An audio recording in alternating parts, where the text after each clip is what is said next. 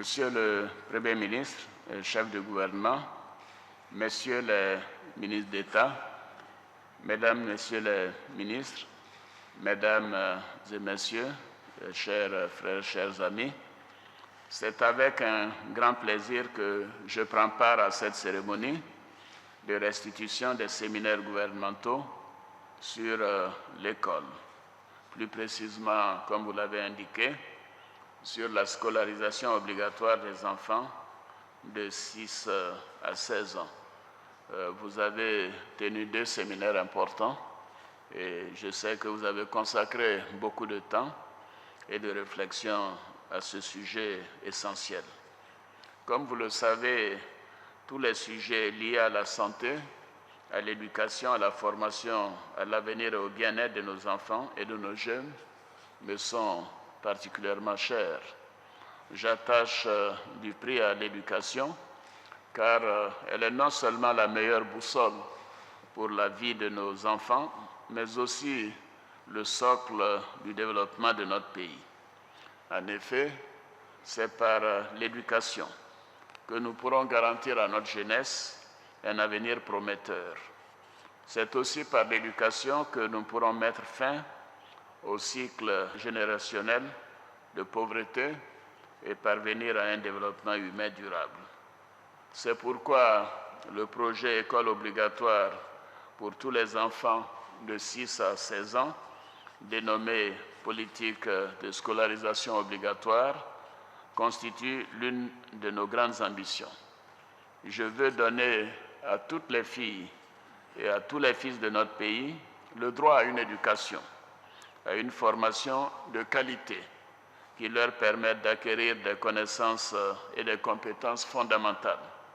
Ainsi, nos enfants pourront devenir des citoyens modèles et participer pleinement à la vie de leur famille et de la nation. Monsieur le Premier ministre, Messieurs les ministres d'État, Mesdames et Messieurs les ministres, je souhaite que le gouvernement continue de mener des actions contre les échecs scolaires, notamment les grossesses en milieu scolaire. Nous devons offrir à nos enfants des débouchés pour chaque niveau et chaque cycle d'enseignement. Nous devons aussi leur permettre de passer de l'enseignement de base vers l'apprentissage et la formation. Mon projet pour notre jeunesse s'inscrit dans une vision d'ensemble. Je veux pour notre pays une jeunesse où l'État offre à chacun, quelles que soient ses origines, son sexe ou son milieu social, les chances de recevoir une éducation et une formation qui lui ouvrent des opportunités pour son insertion dans le tissu socio-économique. Dans un monde de plus en plus compétitif, il est essentiel de créer les conditions pour améliorer notre système d'éducation et de formation, le rendre plus efficient, plus efficace, pour ouvrir la voie à des métiers, donc à l'emploi. Notre objectif est également de leur permettre de soutenir la concurrence au niveau international. Monsieur le Premier ministre, comme vous l'indiquiez tout à l'heure, vous m'avez régulièrement tenu informé de vos travaux et des principales conclusions et recommandations auxquelles le gouvernement est parvenu. Je félicite donc tous les membres du gouvernement pour vos contributions sur ce thème d'intérêt national. Comme je l'ai déjà annoncé, je vais aller vite sur ce dossier qui va transformer notre pays pour les prochaines années et les populations ivoiriennes en général. Dès la rentrée scolaire 2015-2016, nous devons rendre l'école obligatoire sur l'ensemble du territoire national pour tous les enfants de 6 à 16 ans. Je demande donc que le dispositif législatif et réglementaire qui doit encadrer la politique de scolarisation obligatoire soit mis en place rapidement.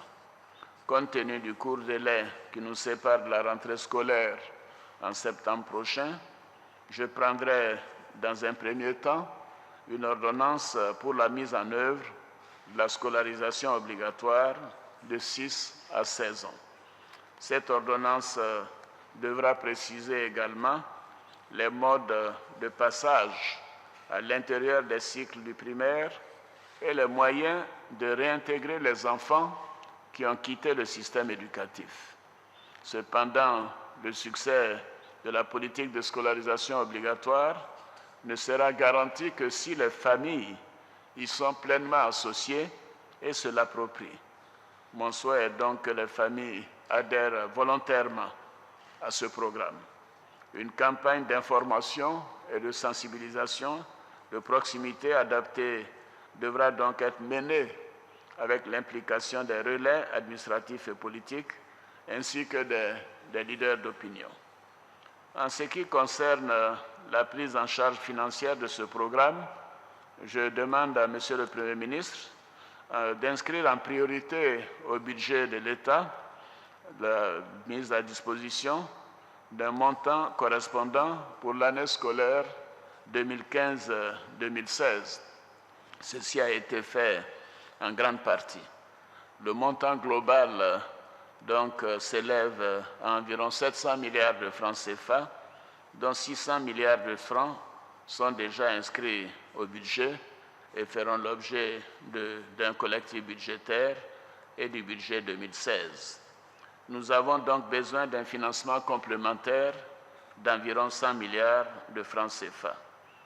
Je voudrais à ce point signaler que sur ce budget de 700 milliards de francs CFA pour l'année scolaire 2015-2016, environ 600 milliards seront alloués aux salaires, notamment, bien sûr, pour le paiement des fonctionnaires, des enseignants qui ont eu une révalorisation de leurs revenus, mais également pour le recrutement de 644 instituteurs au préscolaire, 4 234 enseignants au primaire et 256 professeurs de collège.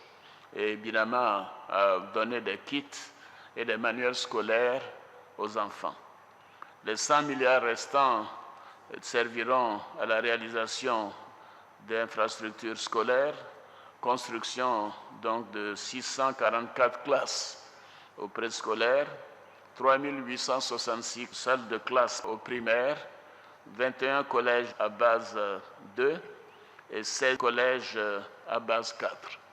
Donc, à l'occasion de l'année scolaire 2015-2016, pour cette année, nous aurons donc pu, en 4 ans, donner à nos concitoyens près de 15 000 salles de classe pour nos enfants.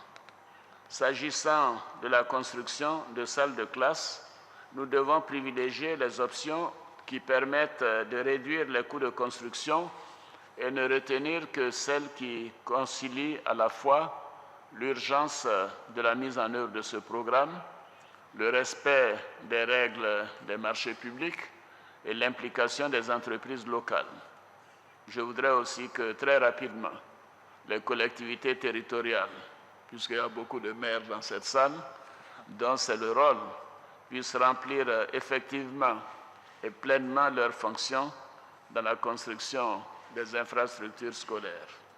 Monsieur le Premier ministre, Messieurs les ministres d'État, Mesdames et Messieurs les ministres, la mise en œuvre de la politique de scolarisation obligatoire ne concerne pas uniquement les ministres en charge de l'éducation, de l'enseignement technique, de la formation professionnelle et de l'enseignement supérieur.